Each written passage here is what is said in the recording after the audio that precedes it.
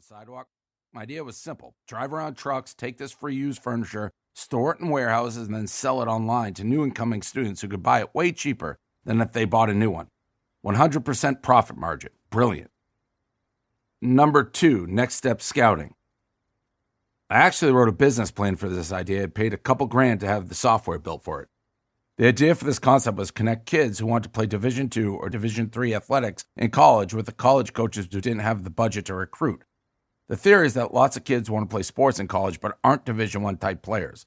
But playing sports is still an important part of where they want to go to school. Figuring out how to match these players with the right coach and program seemed like a win for everybody. Parents would pay to enter their kids into our database. We'd have regional scouts, townies who go to all the games anyways, scout the players and report back if they were worth a shot. Coaches could then search our database for players in the area that fit their criteria and find when they play, watch tape, contact them, and ultimately give a look to these kids who otherwise may never have been seen.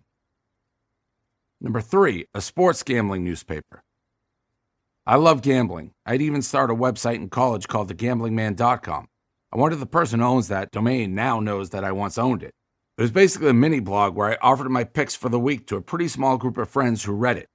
Little did I know that would be the precursor to what the world would come to know as Barstool Sports, media giant.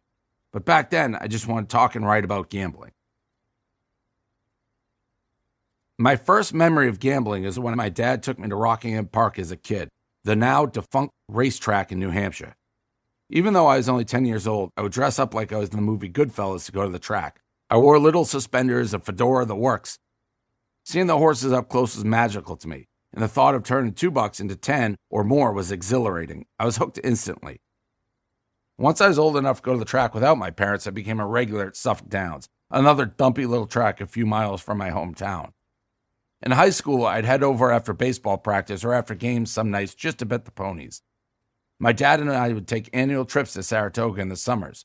That was my idea of a dream vacation, going to the racetrack and betting on horses. I loved it. And it just wasn't the ponies either. I loved all forms of gambling. In middle school, I became the school bookie of sorts. I started passing out white cards in 7th grade. To be honest, I'm not even sure if I knew what I was doing back then was illegal. For the uninitiated, a white card was a card that listed all the NFL games and you could just check off your picks. The more picks you made, the higher the odds. I charged $2 per white card, and you had to hit all your picks to win. These, of course, are the international rules of white cards. Anyways, this lasted halfway through the NFL season before word made its way up to the principal's office that I was running a bookmaking operation and he put a kibosh on it. I ended up with a week's detention.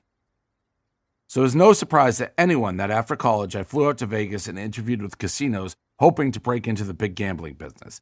But at each place I was told the same thing. You start as a dealer and work your way up from there.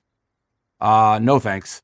I wasn't exactly interested in having cigarette smoke blown in my face at 9 a.m. I'd find another way in. Anyway, I called up the offshore casinos and sports books that I gambled with throughout college and asked if they were hiring. Again, I was told no by just about everybody I spoke to, with the exception of a place called Bet Jamaica. They told me they weren't hiring, but if for some reason I ever decided to start a gambling and fantasy sports newspaper, they'd be interested in advertising with me. At this time, in the internet's evolution, gambling sites were all filled with infinity pop-up ads and other malware that made you terrified that your credit card info was being stolen.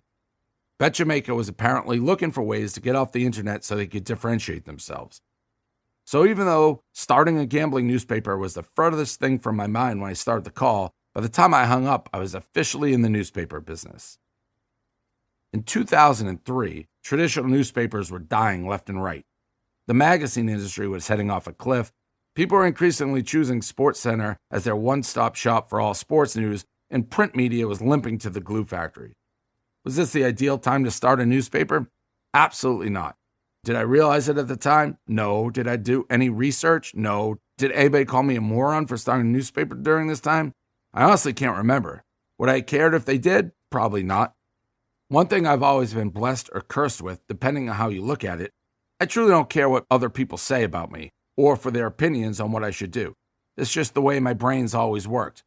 I'm not doing it to be an asshole. I just trust my instincts. I had a directive from a potential revenue stream, and I set to work envisioning how I wanted my newspaper to look and sound. Naturally, I didn't have a journalism background. I hadn't taken a single writing course in college. To keep listening to this audiobook for free, click the link in the description.